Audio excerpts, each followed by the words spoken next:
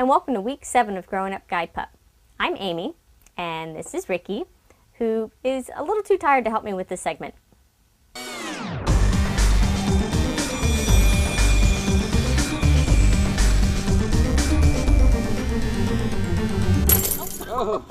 We had a lot of great questions this week. Next Straker wanted to know, how many commands does Ricky know, if any? So Ricky knows a few commands already. She understands how to sit when I ask her to, and she could stay for short periods of time. One thing I like to do is walk in a short circle around her because I'm close by her, and if she should get up, I can put her back down into the position that I had her staying in. Another command that she understands is her "that's enough" command. And we use this when we're playing with her and we want her to stop the game. So if I'm playing tug with her with a rope toy and I want her to stop, I'll just tell her that's enough, and she should hopefully drop the toy each time. Come here, Ricky. There you go. And the last command that Ricky really seems to understand is how to come. So we've been doing this with short distances only and without any distractions yet. Another great question we had this week was from To Go Like One. This person wanted to know what type of socialization outside the house are we doing with Ricky and how we're handling it. We've done a few restaurants and she's done fantastic. And one of the things that she needs to learn when she's at a restaurant is to walk into the restaurant without bothering any of the patrons and to sit nicely underneath the table without trying to lick it or eat anything that's on the floor. And we've been working on this at home by anytime she's trying to eat something, we try to distract her with a nylabone and get her chewing on that instead. And this works very well at the restaurant also. So we make sure we bring a few toys with us so she has a couple options of things to chew on that are appropriate for her to play with. I put the gentle leader on her so she was trying to jump on every person that walked by, but she's not too happy about it right now, so she's being a little fussy. Huh? Fussy. You gotta get used to it. Another place Ricky has been frequently is the grocery store. We take her with us every time we go. We try to keep it very short just to avoid any accidents in the store because she's still learning how to hold it even though she's doing much better. And this is different than a restaurant because she's pretty much moving most of the time until we get in line to pay for things where she needs to sit quietly and wait patiently. This week we did a special outing. We joined some of our group members at a garden close by where we had a booth to answer any questions people may have on guide dogs and puppy raising. And Ricky and I sat at the booth and answered questions, and she got lots of pets, and there were tons of children coming up to her, multiple kids at once, and petting her, and she handled it fantastic, just like a pro. Well, that's it for this week. And remember, at the end of this segment, you can click on any of the thumbnails and catch up on any previous episodes. Join us next week when we'll have a very special guest with us. Thanks. Bye-bye.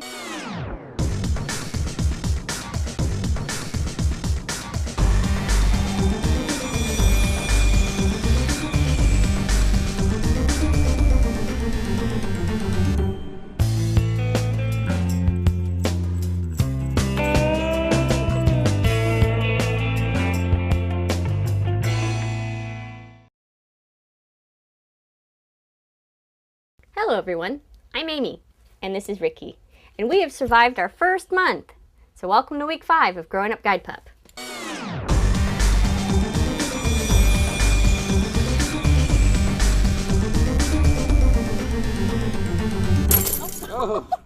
So once again this week, Ricky is sitting on the floor chewing on a toy. This time with her big brother Eli. She's getting a little mouthy, but that's to be expected with a young puppy. She's got teeth coming in. So toys are a good alternative to my arm for her to chew on. And also, giving her an occasional ice cube is nice, just because it helps soothe the gums. And it's awfully cute to watch too. Like any puppy, Ricky needs to get vaccinated to prevent her from getting contagious diseases from other dogs.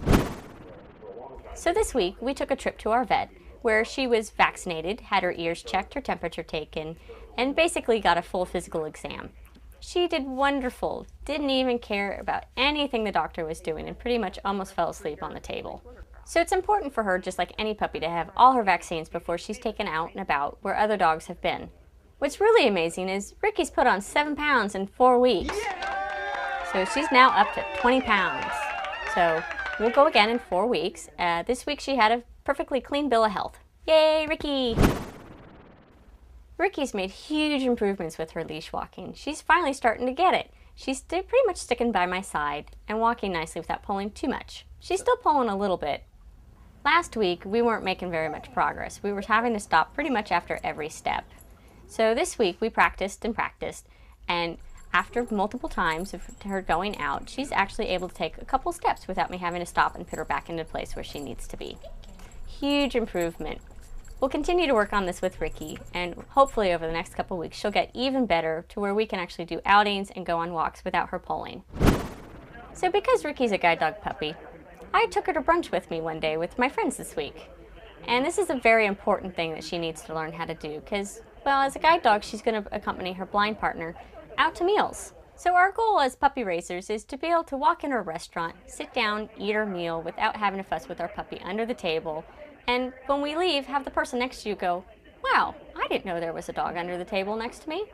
They want to be inconspicuous, out of the way of the waitresses and waiters, and basically unseen until we leave. So we've got a long ways to go, but off to a really good start. So if you've missed any previous episodes, they'll all be available from just a click of a mouse at the end of this segment. So thanks for watching, and we'll see you next time. Bye-bye!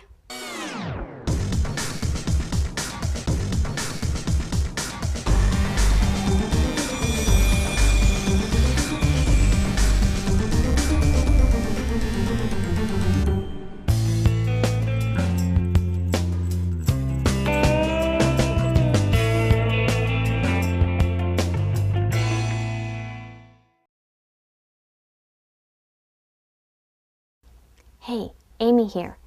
Shh, don't wake the baby. Welcome to week 3 of Growing Up Guide Pup.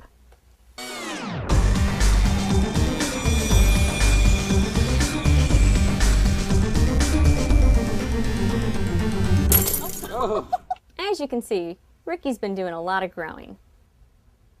Good girl, Ricky. She was about 13.5 pounds when we first picked her up, and now she's over 16. Yeah! Now I'd like to address a question from one of our viewers. 3 Bricks Higher wanted to know more about potty training. Potty training a guide dog puppy is a little bit different than potty training your regular puppy. We don't put out newspaper, we don't put out training pads. We don't just toss them in the backyard to go potty. Are you chewing my microphone? So when we potty train these guide dog puppies, first thing is they're always on a leash, which means we got to go out there with them. We tend to take them out about every 20 minutes. I know, big inconvenience, but it helps prevent accidents. We've been outside for more than 20 minutes at a time waiting for this puppy to potty.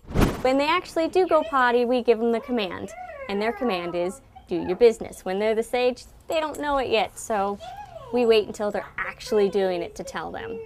And the important thing to remember is these are very young puppies, and no matter how experienced of your raiser you are, every once in a while you will have an accident. Ricky! But we try to minimize those as much as possible. Uh-oh. Oh, she just peed on the bed. And the other thing is, as soon as they wake up from a nap or they've been sleeping in their crate, outside they go. And they don't go back in until they've done their business. I'm sure you were noticing Ricky was getting a little unsettled, so she's now on the floor chewing on a toy while we finish our segment here. One of the other things we do that's very important as puppy raisers is teach the puppies good house manners. So for this exercise, we're going to seed the floor with a hat, a few shoes, some toys, and a couple of socks. So one exercise we do, we kind of call it seeding the floor, where we place objects on the floor, such as shoes, socks, hats, anything that they're not supposed to have, along with some of their toys, which they can have. And the object of this is for the puppies to pick only their toys to chew on. Yay! Good girl. Yay. Well, that's it for this week. Thanks for tuning in. So remember, hit that subscribe button, leave any comments or any questions you would like to see answered in future episodes. Bye-bye!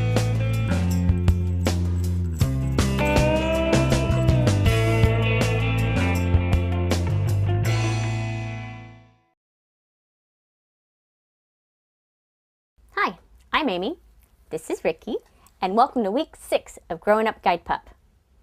That's my hand.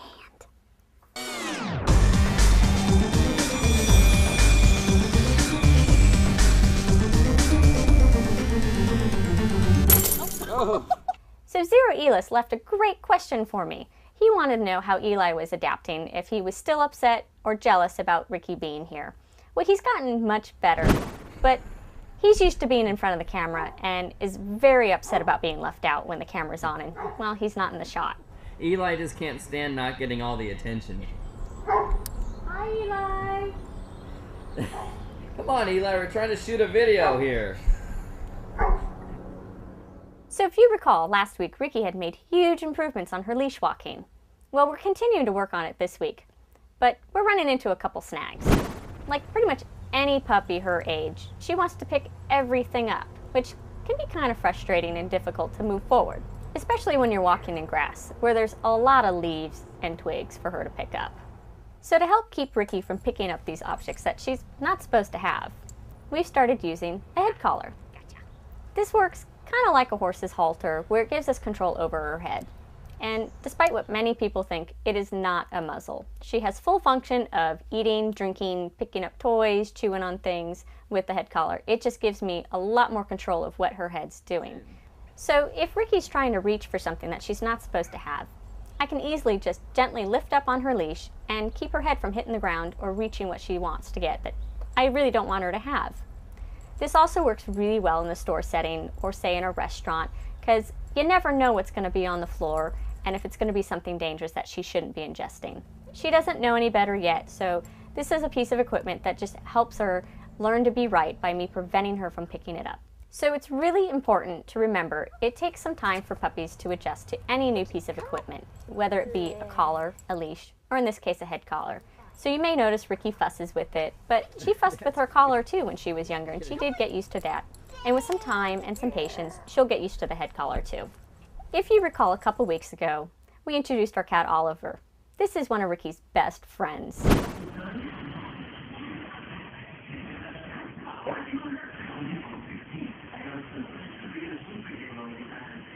She will just follow him from room to room and is just infatuated with him. And well, he's just really tolerant of her and seems to really like her. Well, that's it for this episode. Thanks for watching, and please keep the comments and questions coming. I'm really enjoying them, and it helps me determine what we're going to put on the show, because it helps me know what you guys are interested in learning. And remember, if you've missed an episode, you can access every single one of them at the end of this segment. So thanks for watching, and I'll see you next week. Bye-bye.